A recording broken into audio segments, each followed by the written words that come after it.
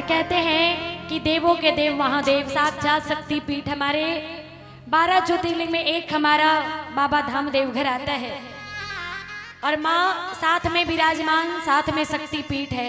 तो बड़ी प्यारी सी हाजिरी चली, कहना है क्या कि देवघर के आओ खड़े जोगिया धुनी रमावे हो, देवघर के आओ खड़े जोगिया धुनी रमावे हो, कांवरिया सुल्तानगंज से जलवा चढ़ाई हो, कांवरिया सुल्तानगंज से। और आजकल लोग घर से निकलते हैं मार्केट सब्जी लाने के लिए तो बाइक का इस्तेमाल करते हैं, पैदल नहीं जाते लोग। पर बाबा की कृपा देखे कि लोग सुल्तानगंज से जल उठाते हैं और 108 किलोमीटर पैदल चल के आते हैं और बाबा को चढ़ाते हैं। और सबसे बड़ी बात, डाक बम जो जल उठा के 24 घंटे के अंदर बाबा को जल चढ़ाते हैं। तो मीठी मीठी ताली से बाबा का स्वागत करेंगे। बोली शंकर भगवान की।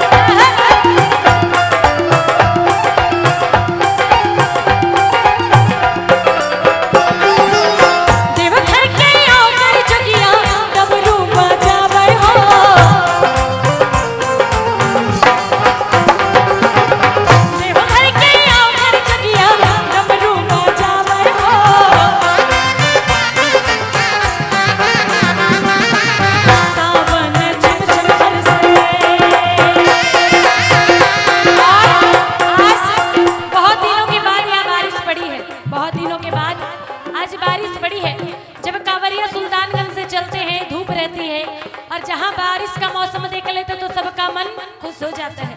कहते हैं क्या, सुनिए। सावन छम छम बरसे, सावन छम छम बरसे, नाचे कांवरिया हो, सावन छम छम बरसे, नीचे कांवरिया हो, सावन छम छम बरसे।